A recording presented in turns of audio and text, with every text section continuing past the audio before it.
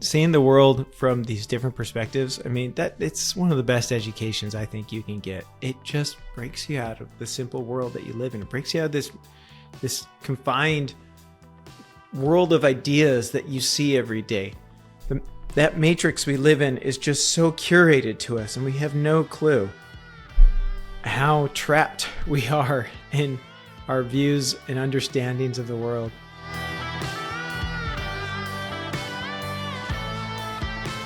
I watched The Matrix recently. Great movie. I think it resonates with a lot of people. Clearly the sequels all completely sucked, and I think it's because I think sometimes people create art or media that resonates with people, but they don't really understand why it resonates. They made it, but they don't really get why it's so popular. And I feel like that's got to be the case with The Matrix, because every follow-up is just nowhere near as good as that first one. Anyways, when you watch that movie, it gets you thinking, and just like anybody else, it got me thinking. And what it got me thinking about was the fact that we actually do live in a matrix. I mean, we don't have an actual plug jacked into the back of our head, but I mean, we're like straight up in a matrix. Our lives are practically dictated to us. We all watch the same news, the same TV shows. It feels like we don't, because we got all these options, but then you talk to people. And you find out it's like, oh, they're watching the same thing too. Not only that, but our life is we have our ups and downs, but in this day and age, it's kind of predictably smooth. You know, war and crisis always have the potential to break out and cause major problems, but in general, our lives, at least in America, are pretty cozy. We don't have very much real crisis, I might say. This isn't accounting for individual crisis and terrible things that happen to people individually, but by and large, we don't seem to deal with that much. But this world we live in, it's kind of become this digital utopia. We can get on our phones and partake of any media we want. We can sit and get on our phones and have more or less anything we want delivered to us. We can sit now and put a VR headset on and go to pretty much anywhere in the world. I have one. It's pretty cool. It really kind of keeps us. I mean, it's quite literally like The Matrix. It's almost identical to the movie, with the exception that we don't have a jack in the back of our head. But when you're on your phone or you're watching a streaming production or whatever, you're literally part of a computer algorithm. When you get on Facebook, you are part of a computer algorithm. And that computer algorithm is designed to feed you stuff that you like, but in the process, it's also influencing you. And so it's kind of a weird thing to think about. And I think so many people, even back in the 90s, so many people related with that. Not even though it was less of a digital utopia at that point in time, I think people already were beginning to kind of comprehend this sort of, I don't know, this life that doesn't feel real. And I think for many people on a deeper level, it's just sort of a life that feels a little void, a little simplistic, a little empty. I don't know, maybe you've read the book A Brave New World by Aldous Huxley. I read that a few years ago. And of course, in school, I read 1984, which is fantastic. But, you know, A Brave New World is kind of the exact opposite way of controlling you. And this guy pretty much invented the idea of the Matrix long before the Matrix ever even existed. But in this book, in the future, the people are controlled through their pleasures. They have pretty much everything at their fingertips. They all wear really cheap clothing so that it will break quickly, so that they have to go buy new clothing. They're taught to participate in orgies from the time that they're like toddlers, and they've created this world where everybody is so completely controlled by their pleasures. And it's not too dissimilar. You know, I mean, I already drew the comparisons from the Matrix to our lives today, but I mean, these phones, they've kind of jacked up everything.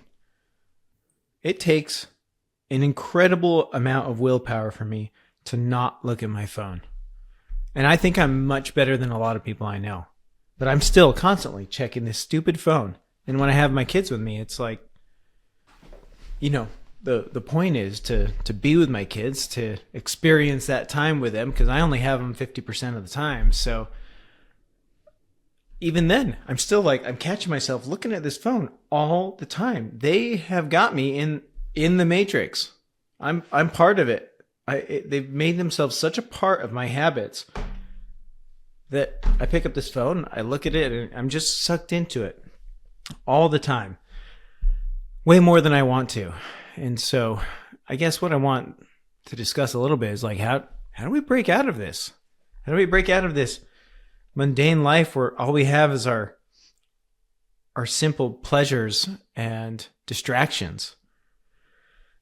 How do we take the red pill so we can find out what's actually going on?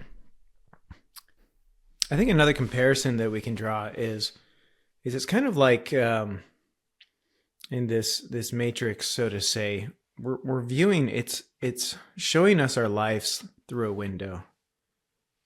And that window is, you know, happens to be on the backside of the second story on this house. And we're seeing this limited view of the world. And that's what we're seeing. When in reality, we could walk outside, both literally and figuratively. We can walk outside. And I think that's a big way of breaking out in the first place, is to actually participate in the world. We're not really meant to be these stationary robots that we've become. But I think in regard to just how we view the world, we need different perspective. And in the case of the window analogy, we need to walk outside. Or at the very least, we need to walk to another part of the house and look through a different window. I think sometimes we sort of cheapen the idea of taking a different perspective.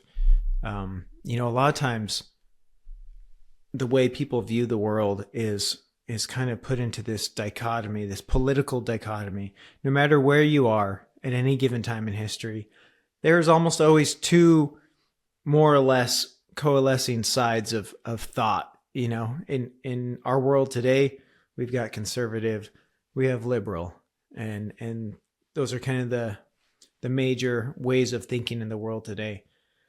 And so when you say take a different perspective, you know, I think a lot of times people take that just as I think people kind of simplify it sometimes, and to them that means, well, I need to stand in their shoes and understand their perspective, whatever.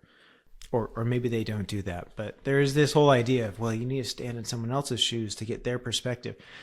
But the kind of perspectives that I think are more valuable to us, because in that dichotomy of a given period of time, you could try to view things from the other perspective, the other side, but you're focused on the same problems. You're all looking in the same place. So in a way, even though there's two sides, you're all looking at the same place.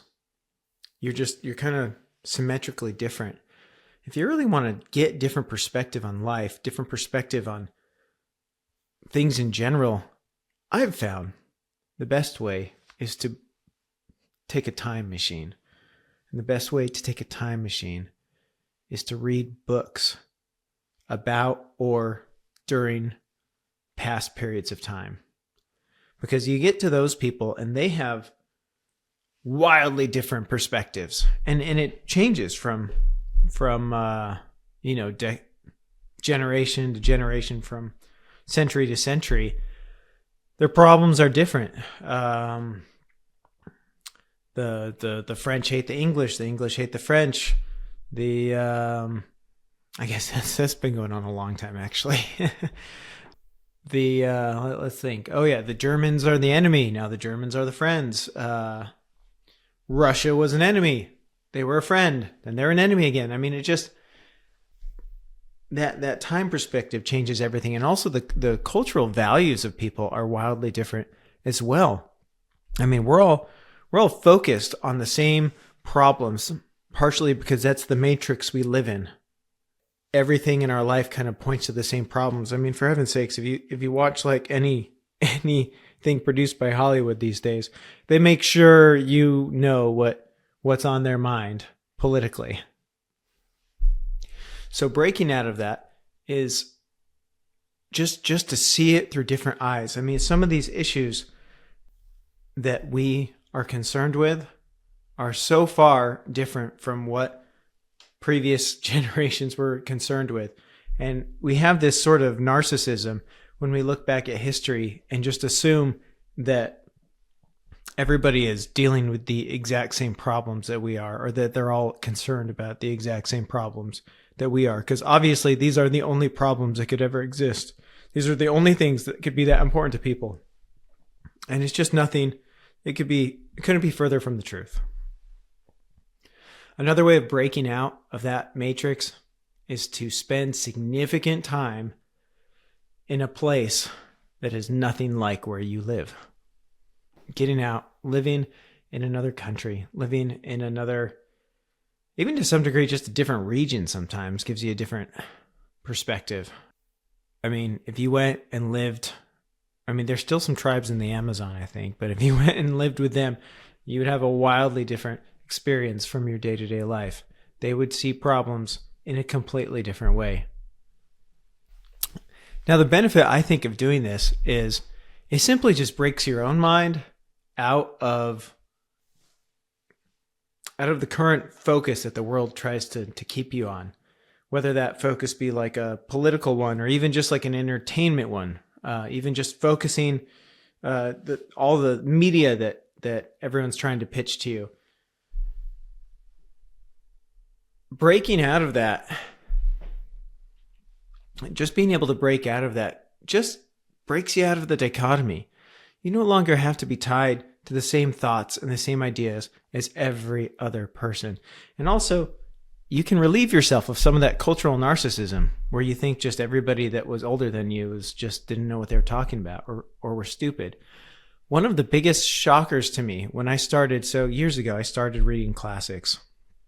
I'll share a little bit about that. But one of the biggest shockers to me was how incredibly intelligent some of these writers were. I mean, some of these ancient writers changed my life. Their perspective on the world was so deep and so enriching. And it wasn't until I was well into my adulthood that I started reading these and actually comprehending them. But I understand now why some books are called classics. And I feel pretty confident in telling you which books are and are not classics. And it's largely, does this book change your life? Does it completely change the window from which you look at the world? So about that a little bit, this is one way that I feel like I've been at least marginally being able to break out of my own matrix here. My father always had 5 or 6 books sitting on his desk when I was growing up. They were his favorite books, and they happened to all be classics. They're all, I think, I remember there's Charles Dickens on there. There was Last of the Mohicans. They were all books that just really impacted him. And when I was a kid, he would kind of push me or encourage me to read the books. And I read a few. I remember reading some of the Charles Dickens books and reading Last of the Mohicans, and to appease my father primarily. And frankly, like I didn't really understand any of it. Didn't make much sense to me. But my late 20s, maybe around the time I turned 30, I just, that stuck with me. And especially because I had a friend that had told me one time that those books sitting on my dad's desk really sort of was something that he wanted to do. And he talked about, because my dad actually got several of my friends that didn't like reading, he got them interested in reading because, you know, he just gave them good books. I remember it really influenced one of my friends at the time, and he actually really liked that about my dad, was those books he had. And, you know, later in my life, I remember thinking about that. I'm like, you know, that was actually kind of interesting. I want to be kind of knowledgeable. I want to know what people are talking about. I want to understand these references. So at the time, I had a job where I was commuting for a pretty long time every day. And so I had the opportunity to do some audiobooks, and oh my gosh, it changed everything. I started listening to these classics constantly, and they're life-changing. They see the world from an entirely different perspective than you've grown up seeing. There are people from different times, different eras. I can still remember probably the one that really kickstarted everything is I came across this old Robinson Crusoe book, and I don't know, I started reading it because it was just intriguing. This was actually a paper book that I actually started reading, and it didn't actually, for whatever reason, this book was printed the way I guess it was printed a long time ago, and there was no chapter divisions. It was just simply like writing. It just went on, and there was no clear end or beginning of any section, and it was a weird way to read a book, but that's how I read it. And I found myself sucked into it, because if you don't know anything about that book, it's basically the original story that has been retold 100 times. An example of a retelling of this is The Martian. The Martian is basically based on Robinson Crusoe. Castaway is pretty much Robinson Crusoe. There's been a bunch of retellings, but it's just a journal of this guy that's stranded on an island, and he just talks in incredible detail about how he survived and the things that happened and the cannibals that came on the island and the pirates that came on the island and how he managed those and how he dealt with those. And some of this guy's perspectives just completely changed my life. And it was written, I believe, in the 1700s is when this book was written. And at the time, I heard that people actually thought the story was real. It was so convincing. And anyways, I think he just took a bunch of stories from like a million different sailors. So in a way, the story was quite true, because shipwrecks were so common at the time. They were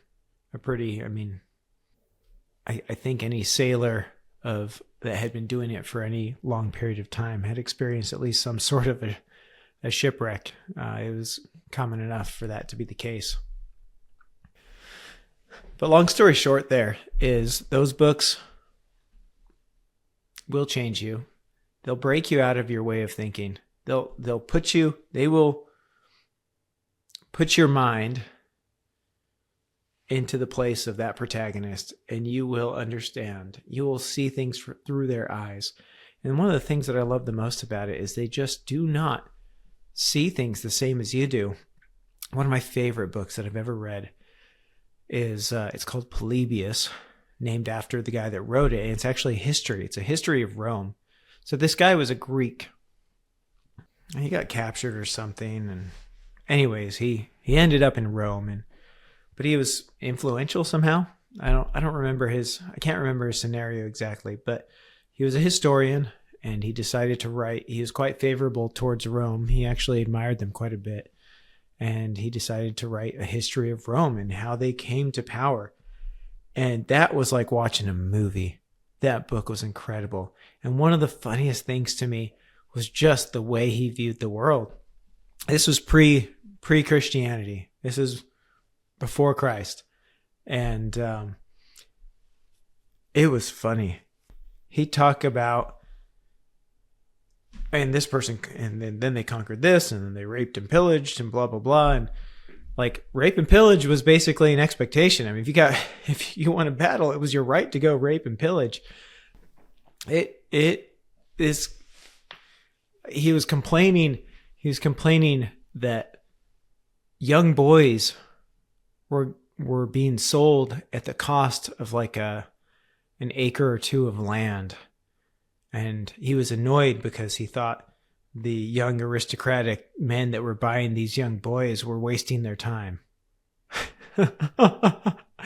Anyway, there was no moral concern over the fact that rampant pedophilia was accepted amongst the Roman aristocratic elite at the time. It was just, why are you wasting your time with that? It was unbelievable. And just, seeing the world from these different perspectives, I mean, that it's one of the best educations I think you can get. It just breaks you out of the simple world that you live in. It breaks you out of this confined world of ideas that you see every day. That matrix we live in is just so curated to us, and we have no clue how trapped we are in our views and understandings of the world. So I just want to conclude that, to break out of the matrix, I've already mentioned books. I've mentioned going someplace, living someplace different, wildly different for a period of time. But lastly, if you really want to break out of the matrix, you got to start taking some options off of the table. If you're addicted to cocaine, it's going to keep you from having more options. As an example, you're going to be so hooked on that cocaine that you're just not going to be able to do the other things in life that might actually bring you more satisfaction. Likewise, if you're addicted to watching TV every night when you get home because you're just tired, you're not going to start doing something more productive or more interesting until you actually remove that TV time in the evening. And contrary to popular belief, self-denial actually has the potential to open the world up to you. And I think it's important to start discerning whether or not your hobby has become a distraction or if it's actually benefiting you. If you're just hooked on those video games, if you're just hooked on those, binge watching the next stupid TV show that they come out with, if you're hooked on phonics, I don't know, anything, you got to remove some things.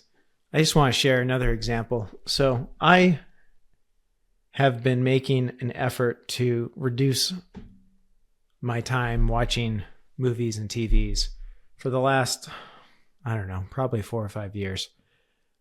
I was feeling like I was in a matrix. I was feeling kind of trapped. It was like every day I'd go to work, I'd get done, I'd come home. At the time, my ex-wife would want to watch TV, and so we'd watch TV, and then we'd always end up unsatisfied. Because, of course, the point in TV is to get you to watch the next episode. It's not actually to really entertain you. It's just to keep you in there long enough for them to sell you something or keep you hooked on the platform. So for me, I was feeling so manipulated by every TV show I ever watched. And so I just decided to cut it out. So I stopped watching TV. And you know what I found myself doing?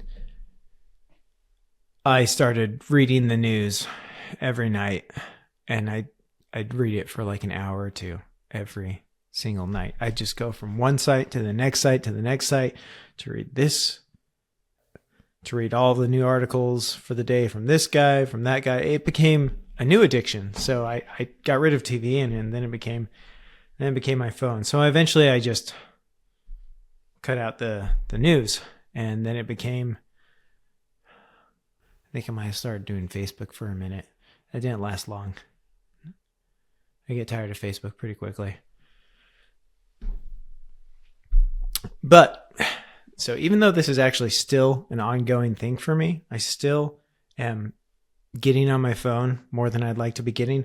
When I am successful at putting the phone down, I have always been surprised at the cool stuff I start doing. Stuff I never really imagined myself doing before. I started to pick up some more hobbies, some more interests. I started to write. Weird.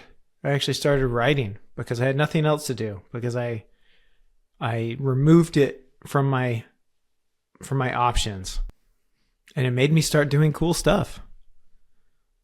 Started goofing off on a guitar. I'm still terrible, but I started doing that.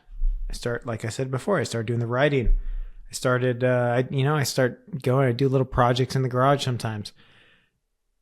It's amazing how many options you have that actually make you happy to some degree when you cut out some of the easy ones.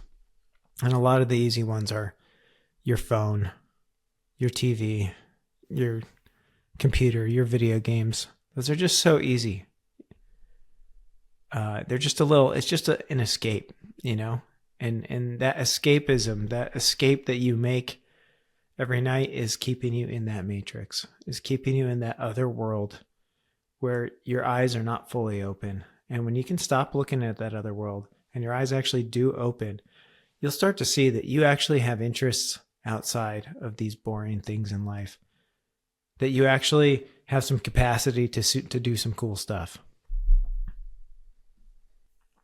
So stop looking at self-denial as this torturous thing that you do to yourself, because it will literally set you free. Decide which things are worth refusing and get rid of them, at least for a little while, and try out life. Let yourself get bored. I tell my kids all the time, I say, they say something like, "Oh, I'm bored." And my parents used to say something like this too, but they'd be like, "Oh, good. Well, that means you're going to think of something really cool to do." But it's actually true. If you let your kids stay bored, they start doing really cool things. Unfortunately, a lot of times it means they make big messes too. But just take away options and you will increase your options 1,000-fold. So think about where you're at. Think about where you want to be. Think about what could happen, or don't think at all and just remove some things and watch and see what does happen.